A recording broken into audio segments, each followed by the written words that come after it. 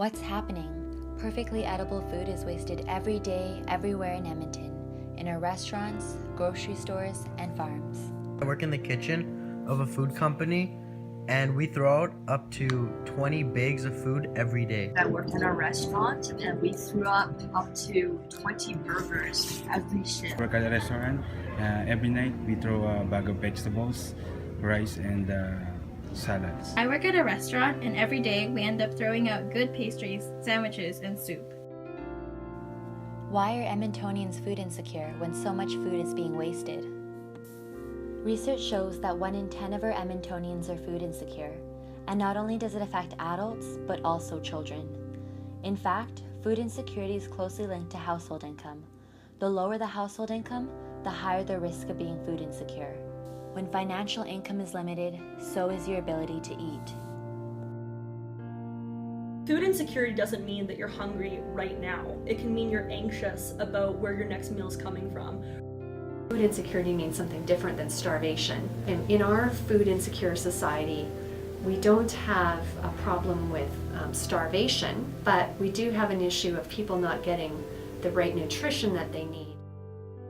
There's a ton of food insecurity in Edmonton. So we have, I think, 15,000 users of the food bank every month. And it's increasing with projects like the arena and displacement due to gentrification. Food insecurity is not just about having enough food on your plate. The consequences are about so much more. I was raised by a single mother who took care of me as well as another sibling. Even though my mother worked multiple jobs every time, sometimes 3 or 4 different jobs at once, just to make ends meet. Sometimes all that did was resulted in us being able to complete the bare minimum, which was just pay rent, right? Which meant that sometimes food at home just wasn't necessarily easy to come by. Which when you grow up poor like that, that's just your fact of life. You don't know anything different, which is fine, except for you don't realize what an effect that has on your childhood. So I remember multiple times where there just wasn't food in the house for me to have breakfast before school, and I would actually faint on my way to school. Kids do go to school without adequate nutrition and food in their bellies, and that's a problem. And if anybody that has seen a small child before they learn any kind of social or emotional regulation, when they're hungry, they hit the wall. The impact of food insecurity on society more broadly, on individual psyche, on mental health, on addictions, it very much is this huge cycle that kind of sets off an avalanche of various other problems associated with the fact that people merely go hungry every day. When people are hungry, they need to do whatever it takes to be able to feed themselves and to feed their families. Hunger is such a driving factor, everyone needs it to survive, so they commit all these crimes that are basically survival crimes. So when it comes to young males in disadvantaged neighborhoods, oftentimes, this results in things like, it starts with petty theft in order to, have a few dollars to buy yourself some food. Then it might move into more serious, more advanced drug dealing. With females, oftentimes this manifests itself in sex work or exotic dancing in order to be able to even feed, some of the children that they may have at home. So when it comes to food insecurity and crime, the connection is 100% there. Food insecure households actually have very good knowledge about nutrition.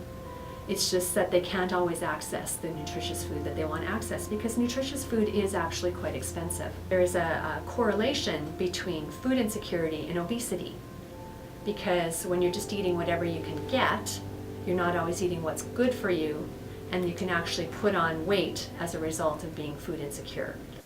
If food waste seems like a simple solution to food insecurity, what is keeping Edmonton restaurants and grocery stores from donating? Food waste in Edmonton is a problem because there are many ways that food can be wasted throughout the system. It might seem like very little in your garbage can, but there's many steps before that food can become wasted and not make it to the people that need it. On the producer side, there are many challenges such as storage or the incentive to get food to organizations that need it or people that need it. There's also the challenge of the quality of product that's required in kind of a marketable sense. So anything that's not marketable because it's blemished, misshapen, on the producer side is also hard to justifiably sell or send to people. As consumers, we're quite picky about what we take from the store, and so if it's a bruised apple, we may not buy it, but there's nothing wrong with that apple.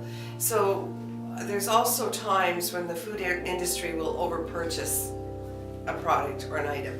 And again, that's just part of their doing business. There's a lot of issues with sort of liability and sort of the train of foodborne illness that bigger companies and also sort of small ones are not willing to take on. I would say that foodborne illness and liability and transport are huge barriers to have people donate. I was a produce manager. I feel pain in throwing those stuff out, which could have been gone to the people on the streets, but we are tied behind our back by that liability problem.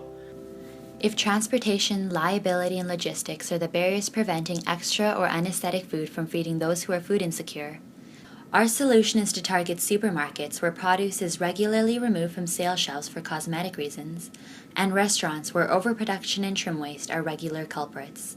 In doing so, food that might have been wasted is now repurposed and put at a hungry table.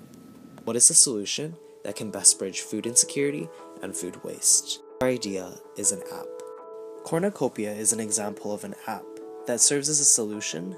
We hope that the model that we've thought of for this idea would be replicated by others also interested in bridging this gap. Commercial food users, such as grocery stores or restaurants, can start by making a profile on the app. When they have excess food, they can directly notify and signal to food repurposing organizations that they have food available for pickup.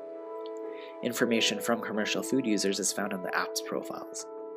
On the other end, repurposing organizations will receive these notifications based on the proximity that they set and send volunteers to pick up this food. By opening the notifications to a wide variety of repurposing centers, food is picked up in a timely fashion to ensure that it is not taking up extra space in kitchens or grocery stores. But what can you do at home today? You can start by sending a letter to your nearest grocery store, notifying them about your increased awareness of food insecurity, and urging them to take action, such as adopting cornucopia. We have templates such as this. Starting with the timeline for rolling out cornucopia, we start today with generating awareness letter templates and drafting and developing sponsorship letters to alleviate the costs of cornucopia. 1 month in, we'd hope to secure these partnerships with either the government or corporate sponsors and apply for the necessary patent protections needed for the organization, as well as begin marketing and promoting the app. 6 months in, we'd hope to have app production completed and submit and publish this app on iOS and Android app stores. 8 months in, we'd hope to have a preliminary rollout of the app into a designated pilot zone in the city and design and initiate training programs for both food users and food repurposers. A year in, we hope to have a continuous rollout of the app into all sections of the city after the pilot zone and have companies and nonprofits on board and educated with this app. Beyond 1 year, we'd have continuous reviews of the app's user interface and review the logistics and quality control of food users and food repurposers that are using this app.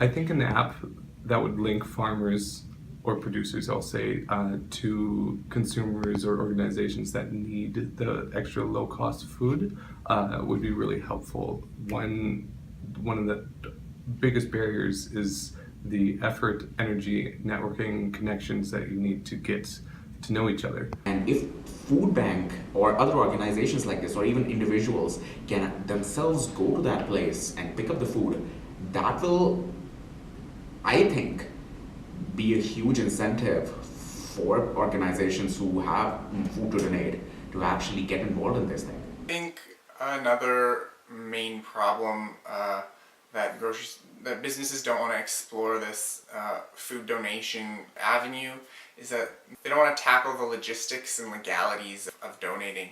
And so I think if there's an app that made those connections for them, I think that would go a long way in making them more cooperative towards participating in food donation. I think definitely there would be interest in an app like this. I think food waste is a topic that seems to really be on people's minds right now. I think an app here would be great. Great way for people to get involved, to feel like they're able to contribute. It seems pretty accessible, like an accessible way for people to get engaged in the issue. Every single Edmontonian has a role to play in combating food insecurity and making sure that our fellow citizens, our friends, and our families know where their next meal is coming from. It's very important as Edmontonians that we're working together to not only link these families with healthy, nutritious, accessible food, but making sure this problem of food insecurity is combated in the first place. Food has the profound power of binding humanity. But what humanity can Edmonton hope to have when 1 in 10 of us can't afford to eat nutritiously, or regularly, or at all? Edmonton is our home. The people who live here are our neighbors. Let's take care of it and our neighbors who live here together. Together, we need to start a food revolution. We can't eliminate food waste in one day. We can't eliminate food insecurity in one day. But we can urge food providers to stop wasting and to start sharing. There are restaurants, are grocery stores, and are supermarkets. What choice will you make when the screen turns dark? Will you go about your normal routine?